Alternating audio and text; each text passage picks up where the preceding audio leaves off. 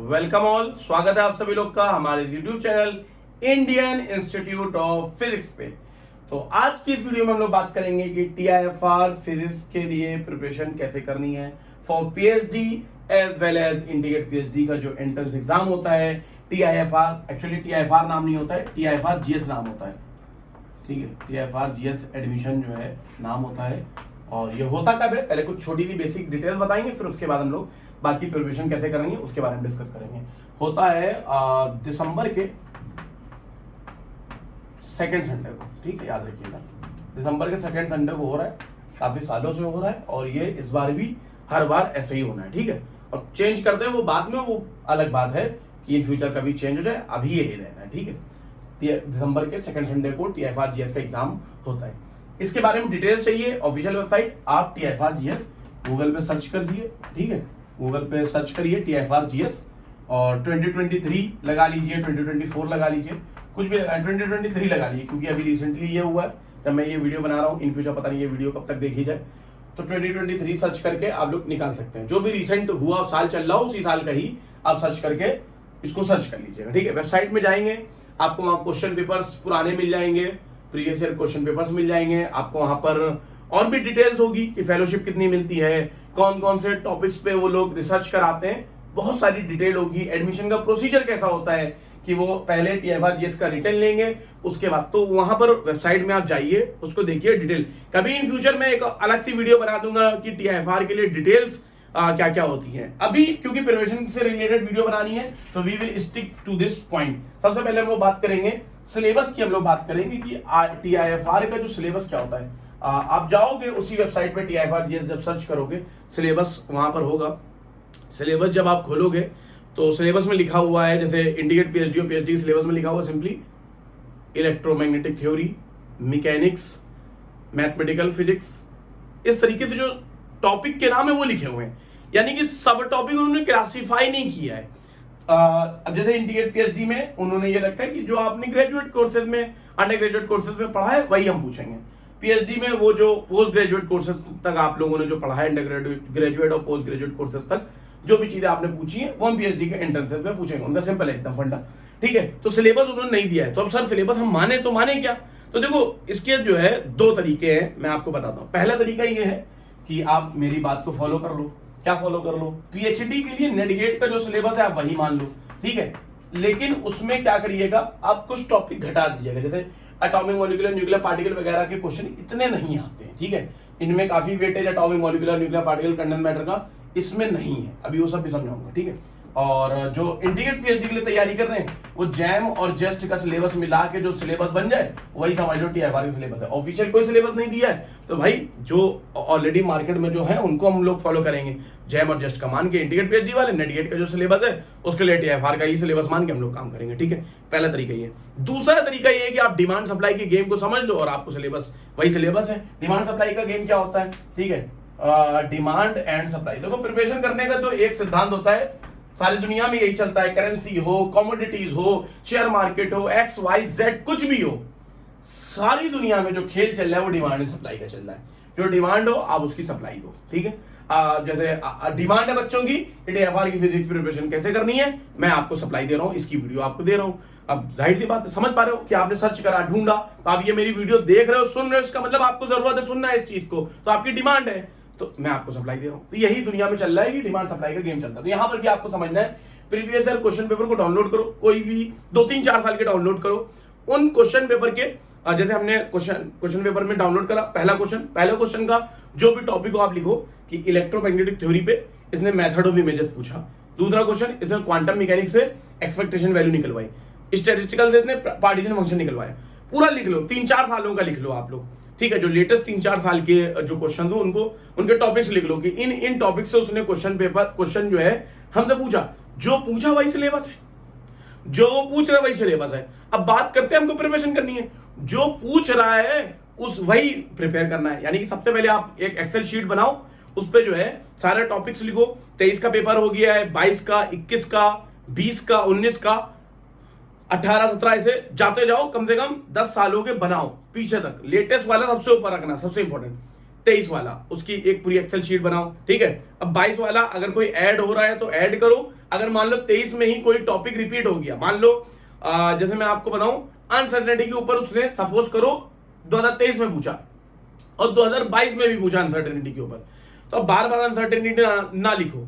वो एक बार हो गया कि उसने 23 में पूछा, 22 में पूछा, उसने डबल स्टार बना दो वहां पर कि +1 कि ये एक बार और पूछा गया है। तो इस तरीके से पूरी एक एक्सेल शीट बना लोगे या हार्ड कॉपी में बनाओ, जैसे समझ में वैसे बनाओ, आपको ये काम करना है। ठीक है, जब आपने ये काम कर लिया, आपको पता है कि वो क्वेश्चन किन किन टॉपिक से पूछ रहा है, अब हमको वो टॉपिक्स पढ़ने हैं। ठीक है, तो अब उनके टॉपिक्स पढ़ने हैं और उनके प्रॉब्लम्स लगाने हैं। तो अब आप जो क्वेश्चन पेपर आपने डाउनलोड करा है, उन क्वेश्चन पेपर को ट्राई करो, उन क्वेश्चंस को ट्राई करो, कोई भी क्वेश्चन है लगा के देखो।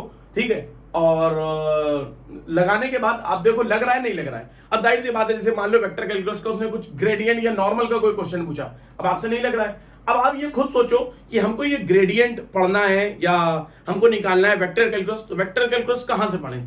तो देखो कुछ अच्छी किताबें आपको फॉलो करनी पड़ेंगी। मैं कुछ बता दे रहा हूं रेफरेंसेस, उनको पढ़िए और उनके प्रॉब्लम्स को लगाइए। और जो टॉपिक आपको ना समझ में आए, उसका सबसे बेस्ट तरीका ये है कि आप वो टॉपिक, जैसे कोई भी मतलब वेव फंक्शन ले लो, क्वांटम मैकेनिक्स, भाई आपको वेव फंक्शन का क्वेश्चन टीएफआर में आया, आपसे नहीं लग रहा है, या हाइड्रोजन एटम का क्वेश्चन है सर, हमारा रेडियल वेव फंक्शन पूछा है, हमको नहीं आता है, या स्फेरिकल हार्मोनिक्स के ऊपर क्वांटम मैकेनिक्स का क्वेश्चन है, हमको पर्टर्बेशन नहीं आती, XYZ कोई भी टॉपिक हो पूरे सिलेबस में से जो आपको नहीं आता है, आप यूट्यूब में वो सर्च करो, गूगल में वो सर्च करो, कुछ पीडीएफ खुलेंगी, कुछ कंटेंट खुलेंगे, कुछ साइट खुलेंगी, उनको देखो। यूट्यूब पे सर्च करो, किताबें, रेफरेंस बुक की किताबों को खोल के देखो, किताबों में अच्छे समझ में आ जाए कोई टॉपिक तो वहां समझ लो। यूट्यूब, गूगल समझ में आ जाए वहां समझ लो। यूट्यूब में किसी ने वीडियो डाली हो वहां समझ लो। अगर वहां से भी नहीं आ रहा है, आप यूट्यूब में उस टॉपिक का नाम लिखो, आगे लिख दो एनपीटीएल, तो एनपीटीएल का कोई ना कोई लेक्चर उससे रिलेटेड खुल ही जाएगा। चांसेस यही 99% टॉपिक ऐसे होंगे जिनके एनपीटीएल की वीडियो आपकी खुल जाएगी, तो आप जाके उस वीडियो को देख लो। ठीक है, क्यों वहां पर तो पूरी कंसेप्चुअल क्लैरिटी के साथ, ये मैं फ्री का इंतजाम बता रहा हूं कि टीएफआर फिजिक्स की प्रिपरेशन फ्री में कैसे करनी है। वैसे प्रिपरेशन मैं भी कराता हूं, तो अब ये सब करेंगे आप लोग, टाइम बच जाता है। देखो कोचिंग का सिंपल सा फंडा होता है कि आपका टाइम वो बचा देती है। ठीक है, मैं यहाँ कोचिंग का प्रचार नहीं कर रहा हूँ, आप सेल्फ स्टडी से टीएफआर फिजिक्स के एग्जाम को आराम से टीएफआर फिजिक्स क्या, जैम, जेस्ट, नेट, गेट, टीएफआर जितने भी एग्जाम है, सभी एग्जाम को सेल्फ स्टडी से क्वालिफाई किया जा सकता है, कोई कोचिंग की जरूरत नहीं। बस कोचिंग आपका टाइम सेव कर देती है। ये सब जो मैं चीजें बता रहा हूं, ये सब ऑलरेडी सब टीचर कर रहते हैं, उस हिसाब से पढ़ाते हैं, बस ये फायदा होता है। ठीक, अब उसके बाद आप जो है प्रिपरेशन करना स्टार्ट कर रहे हो। अब आपने ये टॉपिक पढ़ने का मैंने बता दी कि ऐसे ऐसे टॉपिक्स पढ़ो। अब उसके बाद प्रीवियस ईयर क्वेश्चंस आप लगाओ। आप प्रीवियस ईयर क्वेश्चंस लगाओगे, आपसे लगेंगे नहीं लगेंगे, फिर आप जाके उन टॉपिक को पढ़ो। तो अब आपके दिमाग में आएगा सर क्या बार बार हम वही टॉपिक ही पढ़ते रहे? अब हमने सर पढ़ लिया अच्छे से, अब कुछ क्या पढ़े, अब हमसे तब भी क्वेश्चन नहीं लग रहा है, तो क्या करा जाए? इसके लिए होता है कि सिर्फ पीवाईक्यू से काम तो नहीं चलेगा। पीवाईक्यू जैसे कुछ स्टैंडर्ड कुछ प्रॉब्लम्स आपको लगाने पड़ेंगे जो आपको स्टैंडर्ड बुक्स में मिलते हैं। तो मैं स्टैंडर्ड बुक्स का एक बार क्या करता हूं, डिस्कशन जो है आपको ऐसे करते हैं हम लोग कि कौन कौन सी किताबें आपको चाहिए रहेंगी इसके लिए। ठीक है, इसकी क्या क्या नीड होगी। तो सबसे पहले हम लोग बात करेंगे मैकेनिक्स की, हम लोग बात करेंगे तो मैकेनिक्स। ठीक है, तो मैकेनिक्स में चाहे इंटीग्रेट पीएचडी हो चाहे पीएचडी हो, तो उन सबको मैकेनिक जो प्रैक्टिस करनी है वो क्लेपनर एंड कोलेनकोव से प्रैक्टिस करनी है। ठीक है, इस लेवल का आपको आता है। इंटीग्रेट पीएचडी और पीएचडी दोनों के लिए क्लेपनर एंड कोलेनकोव की प्रॉब्लम्स आपको करनी है। ठीक है, जिनको पीएचडी का एग्जाम देना है तो लैग्रांजियन हैमिल्टोनियन उनमें आती है पीएचडी वालों में, इंटीग्रेट पीएचडी वालों में लैग्रांजियन हैमिल्टोनियन के क्वेश्चन नहीं आते हैं। तो लैग्रांजियन हैमिल्टोनियन पढ़ने के लिए the number 1 book is Goldstein. ठीक है, जिनका लेवल अच्छा है लैग्रांजियन हैमिल्टोनियन में वो गोल्डस्टीन के जाए, तो प्रॉब्लम्स गोल्डस्टीन के लगा सकते हैं। किसी अगर ये बुक झिले ना पढ़ने में समझ में आए ना क्वेश्चन इसके झिले, तो एक आप फिर स्टार्ट कर सकते हो जेसी उपाध्याय से। अगर जेसी उपाध्याय कर लोगे तो उससे आप स्टार्ट कर सकते हो। तो this is all for mechanics, आप इतना काम कर सकते हो। अब हम लोग बात करने वाले इलेक्ट्रोमैग्नेटिक थ्योरी के लिए। इंटीग्रेट पीएचडी हो पीएचडी हो जो भी हो, डेविड जे ग्रिफिथ आग बंद करके एक ही किताब है, इसी की थ्योरी, इसी के प्रॉब्लम्स, इसी के एग्जाम्पल, सब कुछ लगाओ, ईएमटी इसी में हो जाएगी। ये एकदम बस यही अल्टीमेट बुक है डेविड जे ग्रिफिथ, बेस्ट है। ये हो गया मैकेनिक्स के लिए। अब हम लोग जैसे मैथमेटिकल फिजिक्स के लिए बात करें, मैथ्स के लिए अगर हम लोग बात करें, मैथ्स के लिए मैरियल बोस यानी कि एमएल बोस की किताब आती है, वो आप देख सकते हो, और एरविन क्रेजिक की आती है, शॉम्स आउटलाइन की कुछ टॉपिक्स की आती है। ठीक है, एरविन क्रेजिक, ये दो किताबें मैथमेटिकल फिजिक्स के, मैरियल बोस, एरविन क्रेजिक, ये देख सकते हो आप लोग। ठीक है, इन किताबों से आप पढ़ोगे। एचके दास से टीएफआर लेवल का काम नहीं चलेगा। एचके दास से जैम और जस्ट लेवल का काम चल सकता है। For TFR level you have to solve some classical problems, तो वो इन किताबों में दिए रहते हैं, मैरियल बोस और एडविन गिर्टिक। आप पढ़ो कहीं से भी, HK दास से आप पढ़ लो। प्रॉब्लम्स की यहां पर बात हो रही है। आप डेविड जे ग्रिफिथ जैसे मान लो नहीं पढ़ रहे हो, प्रॉब्लम्स एटलीस्ट डेविड जे ग्रिफिथ के लगाओ। इन स्टैंडर्ड किताबों के एटलीस्ट आप प्रॉब्लम्स लगाएं, चाहे गोल्डस्टीन हो, क्लेमेंट कॉलिन को हो, और ये सब बता दिया। ठीक है, 3 टॉपिक हो गए। उसके बाद थर्मोडायनेमिक्स के लिए, थर्मोडायनेमिक्स की you can go with the Garg Bansal Ghosh, Garg Bansal Ghosh, you can go with this book, Garg Bansal Ghosh. ठीक है, और स्टैटिस्टिकल के लिए you can go with the reef. के लिए कुछ लोग कहते हैं कि रीफ से कर लो, अच्छी किताब है। कुछ लोग कहते हैं कि जिनका इतना अंडरस्टैंडिंग फंडामेंटल स्टैटिस्टिकल में नहीं बना है, वो RK पठारिया वाली किताब से कर लें। ठीक है, लेकिन मैं आपसे कहता हूं कि अगर आप, जैसे हम लोग का जो एक लेवल होता है भाई, इंडिया की किसी यूनिवर्सिटी से BSc MSc करा होगा, तो जो अपन लोगों का लेवल है, तो उससे मैं आपको एक किताब बताऊं स्टैटिस्टिकल की, एक बड़ी शानदार किताब है, इसका नाम है बीबी लॉर्ड। आप जरा उसको ट्राई करना एक बार, स्टैटिस्टिकल के लिए बीबी लॉर्ड, उसको जरा पढ़ना और उससे जो है चीजें आप कर सकते हो। ठीक है, ऑप्टिक्स के क्वेश्चन आते हैं, तो ऑप्टिक्स के लिए तो भैया एक ही किताब है, अजय घटक, उसी को पढ़ो, वही सबसे बेस्ट है। ऑप्टिक्स के लिए अजय घटक हो गई। ठीक है, सॉलिड स्टेट के लिए, सॉलिड स्टेट का अगर कुछ टॉपिक आता है, वो चार्ल्स किटल बेस्ट है, चार्ल्स किटल। ठीक है, बाकी बेसिक के लिए आप कुछ भी ले लो BSc लेवल के, लेकिन एक अच्छी किताब चाहिए तो वो चार्ल्स किटल आपको करनी है। इलेक्ट्रॉनिक्स के लिए मालविनो लीच वगैरह कर सकते हो, नहीं वो नहीं, बॉयलिस्टर नेशंस्की और मिलमैन हेल्कियासी, इन दोनों से कर सकते हो अपनी इलेक्ट्रॉनिक्स। तो this is all for PhD in electronics. तो अपने अपने सिलेबस के हिसाब से जो जो टॉपिक्स आप एक्सेल बनाओगे, जिनको इंडिकेट PhD का एग्जाम देना है, उन्होंने इंडिकेट PhD के टॉपिक्स का एक्सेल बनाया होगा, जिनको PhD का देना है उन्होंने PhD के टॉपिक्स का एक एक्सेल शीट बनाई होगी, जो मैंने काम करने के लिए दिया है। तुम बनाओगे तो इन किताबों से सिर्फ वही टॉपिक्स पढ़ना है जो उस लिस्ट में हो, जो नहीं हो उनको बिल्कुल नहीं पढ़ना आएगा, उन्हीं टॉपिक्स को आपको पढ़ना है इन किताबों से। ठीक है, अब इसके ऊपर सोने पे सुहागा वाली बात करें, यानी कि कुछ एडिशनल मैं आपको कहूं कि TFR वाले कभी कभी कॉपी कर लेते हैं, वहां से चेप देते हैं पूरा पूरा क्वेश्चन। उसके लिए मैं आपको एक सीरीज बताऊं, तो सीरीज कह रहे हैं, किताबों का सेट बताऊं, तो उसका नाम है, मैंने कई क्वेश्चन ऐसे देखे जो वहां से एज इट इज कॉपी है, जैसे YK लिम से जो है योंग लिम, ये बेसिकली नाम है चाइनीज टीचर का, योंग लिम। ठीक है, योंग लिम, ठीक है, ये नाम है जिसको हम लोग YK लिम बोलते हैं। तो ये फिजिक्स के टीचर का नाम है, इनकी यूनिवर्सिटी ऑफ चाइना में बीजिंग में कहीं पर है वो, और उसकी कोचिंग है, तो वो तैयारी कराते हैं, ये तैयारी कराते हैं अमेरिकन यूनिवर्सिटीज के PhD एंट्रेंसेस की, तो PhD एंट्रेंसेस की। तो अमेरिकन यूनिवर्सिटीज के लिए जो PhD एंट्रेंसेस के क्वेश्चन है उसका संग्रह है।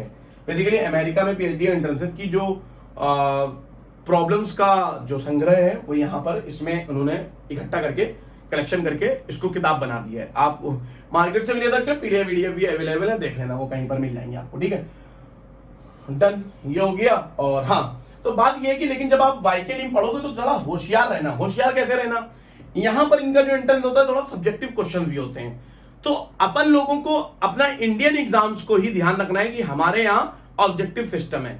अपन लोगों को सब्जेक्टिव क्वेश्चन के चक्कर में नहीं पढ़ना है YK लिम के, वो सिलेक्टेड क्वेश्चन जो ऑब्जेक्टिव अंदाज रखते हो, जिनका MCQ बन सके, उन प्रॉब्लम्स को आपको सॉल्व करना है। ऑब्जेक्टिव अंदाज से आपको चीजों को पढ़ना है, सब्जेक्टिव अंदाज में चीजों को नहीं पढ़ना है। और इन किताबों का एक दूसरा बेनिफिट ये होगा, TFR की जो मैंने ये किताबें जो इतनी बताई हैं, इनसे पढ़ने का एक बेनिफिट आपको ये होगा कि भाई TFR का रिटर्न क्वालिफाई करके क्या करोगे, अच्छा डालोगे क्या भाई? एडमिशन लेने के लिए तो दे रहे हो कि इंडिकेट PhD हमको Tata institute of fundamental research करनी पड़े या PhD करनी पड़े, तो भाई उसके लिए रिटर्न से काम नहीं चलेगा, इंटरव्यू भी तो क्रैक करना है, कंसेप्चुअल क्लैरिटी भी तो हो, तो वो किताबें ऑलरेडी काम आएंगी। कि नॉर्मल सी किताबें पढ़ के काम नहीं चलने वाला, स्टैंडर्ड बुक्स की नॉलेज जब उस लेवल की होगी तभी आपका इंटरव्यू क्रैक होगा। और इंटरव्यू से पहले एक बार और जब वहां जाओगे तो वहां पर भी एक छोटा सा 4-5 क्वेश्चन का एक पेपर वो भी ले लेते हैं उन्होंने, इस बार पहली बार उसको भी ऑनलाइन डाल दिया है, तो वो भी देख लेना कि किस लेवल का आता है प्रॉब्लम। ठीक है, तो उसको जाके एक बार और रिटर्न देना है, वो छोटा सा रिटर्न होता है, उसमें जो ठीक ठाक कर लेते हैं, मतलब 10-30-40% जो बच्चे कर लेंगे, उनका ही इंटरव्यू लेंगे, बाकी जो नहीं कर पाएंगे उनका इंटरव्यू नहीं लेते हैं। तो this is all for the TIFR preparation for integrated PhD and PhD। इस तरीके की बहुत सारी वीडियो हम लोग इस यूट्यूब चैनल पे लाते रहते हैं, ला रहे हैं, लाते रहेंगे। ये आपका अपना यूट्यूब चैनल है। इस यूट्यूब चैनल का जो नाम है इंडियन इंस्टीट्यूट ऑफ फिजिक्स है। तो क्योंकि आप फिजिक्स कम्युनिटी को आप आगे MSc PhD और आगे बहुत कुछ करना चाहते हो, तो चैनल को सब्सक्राइब कर लो, तो आपको भी फील आएगी कि हमें एक इंडिया की फिजिक्स कम्युनिटी से जुड़े हुए हैं। यहाँ पर बहुत सारे आप जैसे लोग इसमें जुड़ते हैं, ठीक है। तो लेट्स एंड दिस सेशन, आज की इस वीडियो को समाप्त करते हैं यहीं पर। बहुत सारी वीडियोस हम लोग बनाते रहेंगे। Bye everyone, take care, thank you, जय फिजिक्स।